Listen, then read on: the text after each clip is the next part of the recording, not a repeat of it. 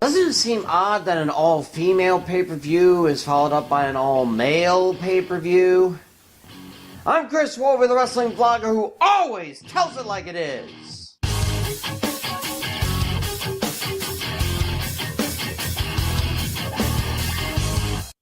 Before I begin, sorry for not posting last week. I was out of town at a Marlins game. I told you I had other interests besides wrestling. Pardon. Ever since it was introduced a month or two ago, WWE Evolution has been talked about ad nauseum, and everyone seems to be really looking forward to it. Maybe not as much as, say, the Super Showdown in a week, but it's still talked about. Trish Stratus and Lita returning to action to see how the current batch of post-Divas talent does. Every women's title is on the line from what I've heard. Raw, SmackDown, NXT US, and NXT UK. And just the fact that the women are getting a whole night to themselves is awesome in and of itself. But the announcement of WWE Crown Jewel as the second pay-per-view of the year emanating from the Kingdom of Saudi Arabia kind of puts a damper on Evolution as far as I'm concerned. Oh, don't get me wrong. Greatest Royal Rumble was a milestone to WWE. It was the first major card to come live from the Middle East and was a big boon in the politically charged region. The pay-per-view itself, however, wasn't all that great. I mean, sure, it had all the male titles on the line, plus John Cena, Triple H, and The Undertaker, and of course, the largest Royal Rumble field ever. The Rumble was awesome, as Rumbles usually are. And the Universal title match was controversial enough, but the rest were kinda meh.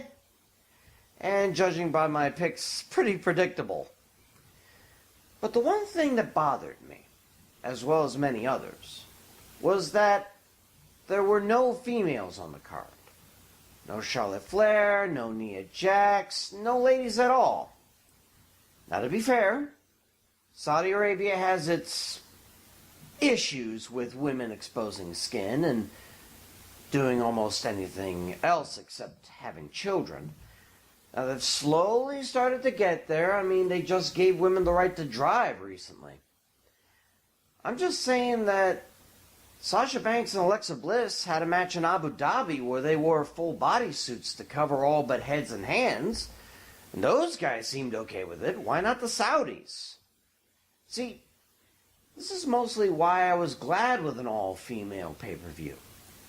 Now, the WWE have had plenty of all-male pay-per-views before, when women were considered a novelty act, but now that the revolution has come full circle, shouldn't an all-male one like Greatest Royal Rumble be followed by an all-female one like Evolution, and then not countered by another all-male one like Crown Jewel just 5 days later?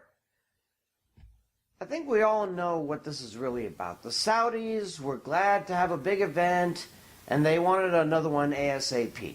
So they gave the McMahons a sheikdom full of money and said, let's do this again as soon as you can. And you know damn well the McMahons do not turn down money.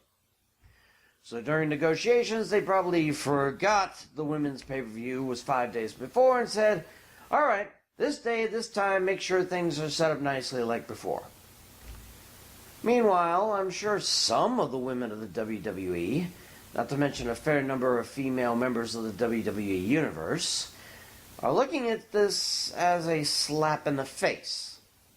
Oh, sure, the women have their own pay-per-view in Long Island, but the men get Saudi Arabia all to themselves. Again! And the only way ladies are allowed in the arena is with a male escort and wearing enough cloth to put a Michael's fabric store out of business. How fair is that? Look, I get it. It has to do with business. It has to do with local religious customs. Fine. Coexist and all that.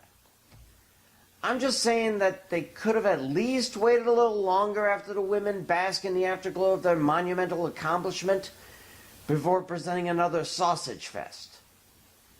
especially in a place where sausage isn't halal.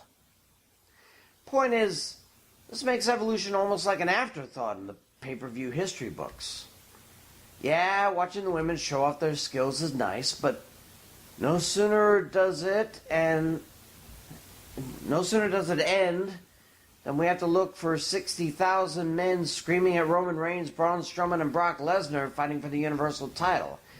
And that, in my arrogant opinion, is a bit of a de-evolution in the WWE. I'm Chris Wolvie, the wrestling blogger who always tells it like it is. See ya!